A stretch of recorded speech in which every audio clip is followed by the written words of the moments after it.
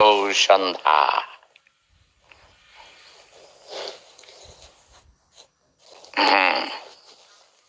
আমি এখনো হাসপাতালের বেড থেকে। আপনারা জানেন গতকালকে আমার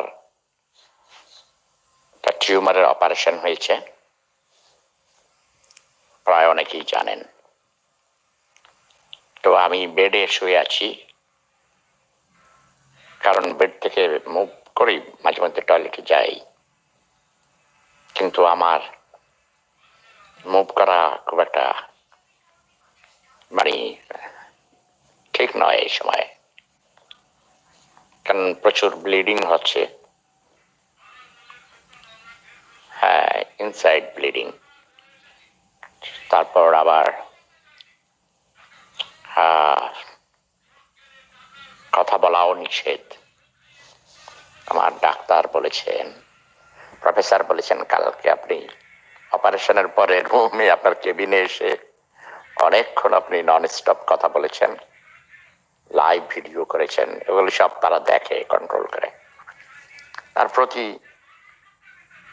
ঘন্টায় ঘন্টায় নার্স আসে, অ্যাসিস্ট্যান্ট ডাক্তার আসে, প্রফেসর আসে, কারণ আমাকে সবাই অনেক ভালোবাসে, আমাকে সবাই চিনে জানে। অনেক বছর থেকে আমি 27 বছর যাবৎ অস্ট্রিয়ার টেলিভিশনে অনেকগুলো সিরিজে অভিনয় করেছি, অনেক মুভিতে অভিনয় করেছি, হলিউডের ছবিতে অভিনয় করেছি, বলিউডে করেছি, থিয়েটারে অভিনয় করেছি।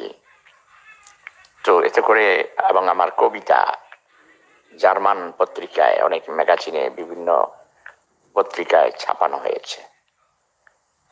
আপনাদের কাছে যেমন আপনাদের সেপুদা একজন পরিচিত ব্যক্তি, সারা পৃথিবীর মানুষের কাছে, অনেক ভাষাভাষীদের কাছে আমি আমার কাজের দ্বারা পরিচিত, আমার কবিতার দ্বারা, আমার কাজের দ্বারা, অভিনয় দ্বারা, সমাজকর্মের দ্বারা। মানবতার জন্য কাজ করি, মানুষের মুক্তির জন্য, অর্থনৈতিক মুক্তি, সাংস্কৃতিক মুক্তি, কুসংস্কার থেকে মানুষকে, বিশেষ করে ধর্মীয় কুসংস্কার থেকে, সামাজিক কুসংস্কার থেকে মানুষকে আলোর পথে আনার জন্য সারা জীবন কাজ করে আসছি। আমি ইউটিউব বিজনেস ইউটিউব দেখি। কিছুক্ষণ আগে আবার সেই বিজ্ঞানী মাওলানা মুফতি ইব্রাহিম সাহেব, যাকে সবাই সায়েন্টিস্ট ইব্রাহিম বলেন, তার বাড়ি হলো ওই পাপিয়াদের বাড়ির কাছে। ওই যে পাপিয়া, যার কথা, যার মুক্তির জন্য আমি সংগ্রাম করছি, যার জামিনের জন্য, তাকে জামিন দেওয়া উচিত। কেন তাকে জেলখানায় রেখে খাওয়াবে? পাপিয়া তো কোনো অপরাধ করেনি। তাকে দিয়ে যারা অপরাধমূলক কাজ করিয়েছে তাদের ধরা হয় না। তাছাড়া তারা হইল রুই, বোয়াল, কাতল, সমাজের বড় বড়, তাই না, আমলা, মন্ত্রী, ব্যবসায়ী, গডফাদার।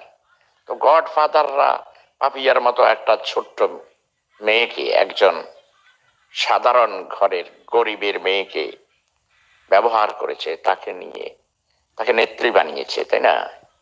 মহিলা যুবলীগের নরসিংদী জেলা শাখার সাধারণ সম্পাদক বানাইছে, এবং তাকে নিয়ে বিভিন্ন ভাবে সে অনেক মাস্তান, তার কাছে পিস্তল আছে। এক ভক্ত টেলিফোন করেছে আমেরিকা থেকে। তো আমি যে জিনিসটা বলছি, যে মোল্লাদের প্রপাগান্ডা, মিথ্যাচারিতা, ইমাম মাহাদি আসিয়া গিয়েছে, ঈসা নবী আসিয়া গিয়েছে, আসিতেছে, এসব ওই মালানা ইব্রাহিম এসব ভণ্ড মালানাদের কে আপনারা জুতা মারেন, কোনো কথা নেই, একদম জুতা মারবেন। এরা প্রপাগান্ডা করছে, মিথ্যাচারিতা করছে, এরা ধর্মের কথা বলে মিথ্যা হাদিস ছড়াচ্ছে, কোরআনের অপব্যাখ্যা করছে, কোরআনের হাদিস